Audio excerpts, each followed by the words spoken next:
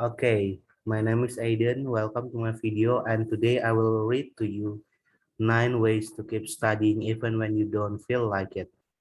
Grrrr, there's that sensation again, that burning feeling, the feeling of being powerless. You want to study but cannot even think straight. You feel overwhelmed. It doesn't seem that you will hold out for much longer. If you don't learn to deal with the negative experiences that bother you during your language learning, you will never learn a new language. You may keep trying, but the same thing will happen again and again. It's a pattern. You start your study all excited, but once the excitement wears off, you're in the middle of reality, and reality is harsh. Now, if you prepared everything right, and if you educated yourself on what it takes to learn a new language, a big slice of the first page will already be conquered. But every new section brings with it its challenges and thus negative feelings. Almost every language study session I've ever had was somewhat painful. I'm a naturally lazy guy with little patience, but bit by bit I learned how to manage them and how to apply specific antidotes to disturbing emotions. They were successful to me every single time. The path of least resistance. We are wired to take the path of least resistance. If you take a different road, you will be severely challenged. All emotional forces within yourself will try to push you back to the safety of the path of least resistance. It's a survival instinct. It was useful when you were cavemen. Now it's keeping you from achieving many things that could enrich your life beyond your wildest imagination. If you need to speak Chinese for a 6 month solo trip to China, you have made not studying the path of least resistance. You know that if you don't study, your chances of feeling well in Beijing will be seriously diminished. Just think about the shame you will feel if you needed to return home early because you were homesick. It's easier to study a lot than to have such an experience. However, even with a strong event-driven motive as the fuel of your study, you're still going to have to deal with an array of negative inner experiences. Here's how you do it. First, limit your session length, the most important one, and for a reason.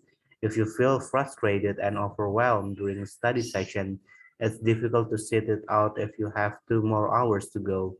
However, if you only have 15 minutes left until your next break, the world suddenly looks a lot brighter. All the other techniques will be a lot less successful if you don't limit your session time. Oh, and if you're not convinced, psychologists now say you learn best when studying in short chunks of time. Limit your session time to 30 minutes per session, followed by a short break. Try it for a while. Then let me know how much more effective your study has become. 2. Don't focus on results. You're in pain in a negative state. This is not the time to evaluate yourself nor the language learning process. Do not demand improvement in this session. Just complete it. That is your goal. Keep at it until your time is up. If you make the mistake of judging your progress when you are frustrated, you will come to unrealistically negative conclusions. Don't try too hard. Don't stress about results. Results come slowly. They take time. For now, all you focus on is finishing your study time. 3. A moment for yourself. Although it may seem somewhat new age, I recommend that before each section, you take a minute for yourself. You shut your eyes and you remind yourself of truths about learning a language. For example, without a challenge, we cannot learn. What you're all doing it for, the goal of your study, and your event driven motive. Inspirational quotes. Remind yourself of them before each session and every time you get stuck.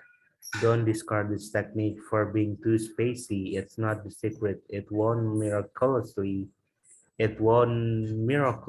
make you speak a new language just by doing this. But it does make sure you start each session with the right mindset. 4. Accept negative emotions. When your negative inside forces overwhelm you, you need to accept them. If you can do that, they will lessen their grip on you. You will feel them less, and they no longer order you around. You can do what you want despite the negative feelings. Accept them and let them be. 5. Vary your study setting. One of my favorite techniques is to vary my study setting. In other words, pick a different study location. Don't keep learning your new language in the same old place. Keep it fresh. It's not just an excellent method to beat the language study blues. You will actually learn better if you do this. Simply alternating the room where you study improves memory retention. 6. Stand up, walk around. When you're struggling with frustration, you can feel that energy in your body. You need to burn it off. Put on your MP3 player, use the audio from your main course, and get up and walk around. Yes, just stroll around a bit while you keep studying. It's an effective way to reduce the emotions that are bothering you. I used to live in an apartment with a long hallway. I can't count the times I walk up and down that hallway, all the while moving my Spanish along nicely. 7. Change your study material. If you're just starting, I recommend you focus more on the main course, but it can be very soothing to change it up a bit. So grab your vocabulary workbook or a newspaper in your target language and do something else for a while. It can prevent boredom and frustration. 8. Go outside. If you feel the need to blow off some steam, why don't you go outside for a while? It's good to breathe in some fresh air. Just take your MP3 player with you so you can keep studying. Note, if you don't want to speak out loud, you cannot lock this time as study time. Don't fool yourself. Just listening to something in your target language is good, but you cannot count it as hardcore language learning. 9. Reward your inner child. Much of our frustration and winning originate from deep inside of us. We are not as mature as we think we are. So how do you make a child do something he doesn't like? Right? You reward him. Reward yourself for completing your study time.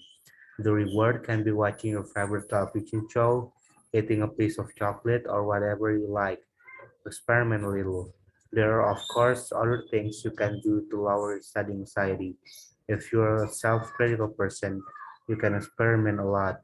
If not, you need to be a bit more disciplined in your methods. It's easy to get off track.